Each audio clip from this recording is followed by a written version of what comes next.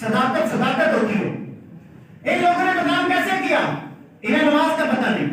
ان کی محفلیں لگی رہتی ہیں. کیا خواجہ میری اولیاء اللہ ان کی بارگاہ میں جو مرید آئے بوقت نماز کے انہوں نے کیا لوگوں سے کیا اپنی سیوا کروائی؟ نذرانے بٹورے؟ نہ اپنے گھر نہیں بنائے، نذرانے نہیں بٹورے، اللہ رسول کا راستہ بتایا لوگوں کو. آج ان کا کیا ہوتا ہے؟ یہ مت کہے کہ میں مولویوں کا مخالف ہوں، میں پیروں کا مخالف نہیں، میں دل سے ان کی قدر کرتا ہوں اور میں اہل سنت کا بندہ ہوں، میں مانتا ہوں. لیکن جو یہ بیچ میں ایسے گھسے ہوتے ہیں جنہیں نہ نماز نہ روزے کا پتہ، بس اپنی فقیری بچانے کے چکر میں یہ لوگ لگے ہوتے ہیں. ان کی دربار میں ہزاروں کی بھیڑ میں ہمارے مسلمان بھائی بہنیں ہجوم لگا کے بیٹھے ہوتے ہیں. اذان ہو رہی ہے، نماز کا وقت گزرا جا رہا ہے، لیکن کبھی پیر صاحب نہیں کہیں گے منہ دھو کے نماز تو پڑھ لو. خود تو منہ دھویا انہیں کیا ترغیب دیں گے؟ ہم ایسے لوگوں کے مخالف ہیں. ہم ایسے لوگوں کو نہ مانتے ہیں، نہ یہ پیر مانتے ہیں، نہ یہ اہل سنت کا حصہ مانتے ہیں. کیا سمجھتے ہیں بات میری کو؟ اب ہر مزار پہ حاضر ہوتے ہیں. ارے اولیاء اللہ کے مزار پہ جانے سے کیا مراد ہے؟ وہاں ہم فیض ملتا ہے، ان لوگوں کی برکت ملتی ہے. آج کل مزارات پہ کیا ہوتا ہے؟ ہم ہزاروں کی بھیڑیں لگی رہتی ہیں. مسجد میں اذان، ہر مزار کے ساتھ مسجد بنی ہوئی ہے، اذان ہو رہی ہے، لوگ لنگر میں گھسے ہوئے کھا رہے ہیں. کوئی ادھر دعا کر رہا ہے، کوئی ادھر دعا کر رہا ہے. اور میرے رب نے فرمایا کہ تم پر جو میری نماز فرض ہے پہلے یہ ادا کرو، مجھے رب کو راضی کرو، اس کے بعد یہ بھی میرے بندے ہیں. ادھر تو آئے ہو، پہلے میرا جو حق ہے وہ ادا کرو. ہمارے وہاں سے یہ پایا جاتا ہے رب کو چھوڑ کر کے ایسے جعلی پیروں کے پیچھے ہمارے مسلمان لگے ہوئے جن تک وقت میں ان کو سامنے لا کے بٹھا جائے کہ وضو کے اندر فرائض کتنے ہیں، شرائط نماز کتنی ہے، واجبات نماز کتنے ہیں، مکروہات کتنے ہیں، اگر بتا جائے تو شرط ہے. میں سب کی بات نہیں کر رہا ہوں، بعض ایسے بھی الحمدللہ غالب ہیں